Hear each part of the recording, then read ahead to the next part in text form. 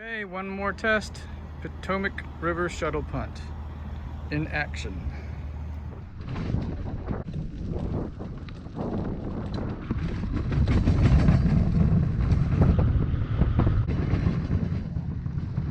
Lock number 29.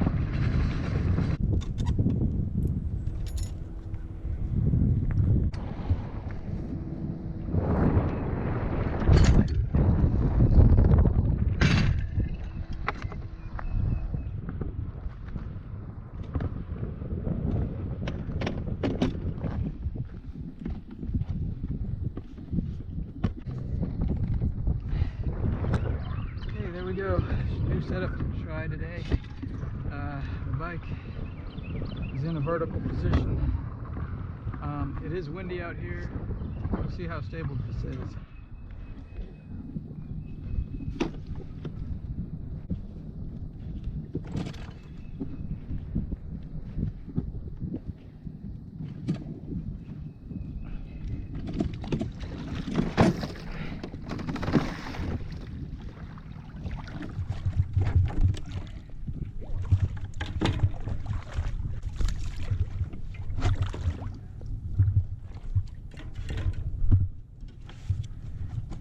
So here is my bike in a vertical position. We'll see how stable it is. Okay, here we go.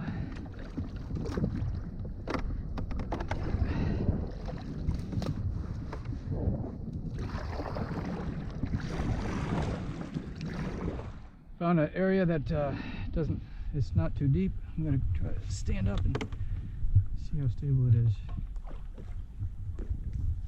See if I can paddle here. So there's my bike back there standing up. It is a little bit less stable. I think if you want to put your bike vertically, this boat might have to be an inch wider.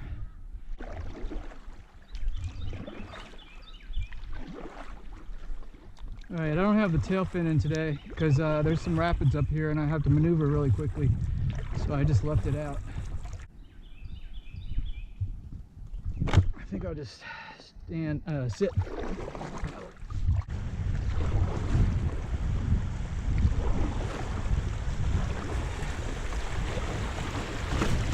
Oh wow, that was fun. Well, I've never flipped over so far in this boat.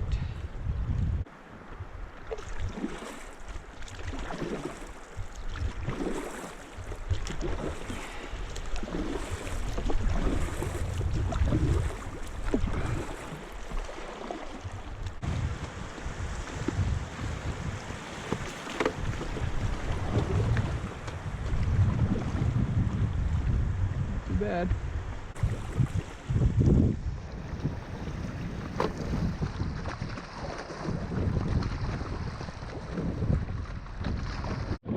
I got a strong tailwind, which makes the boat want to turn sideways, so I gotta keep paddling.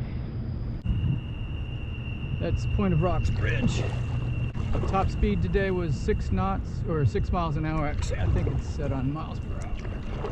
Over here. Oh gosh, here's a big. Okay, here we go.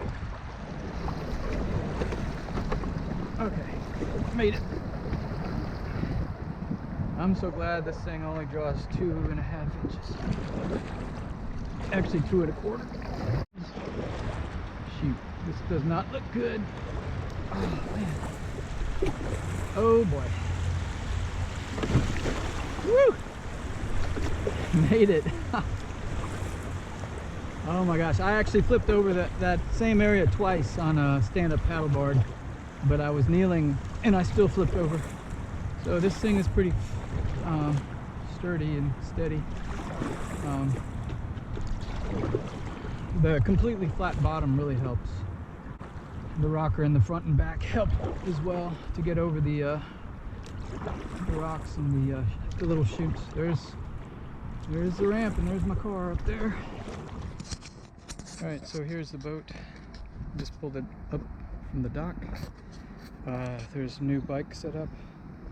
Bike is vertical. I have a fork bracket here,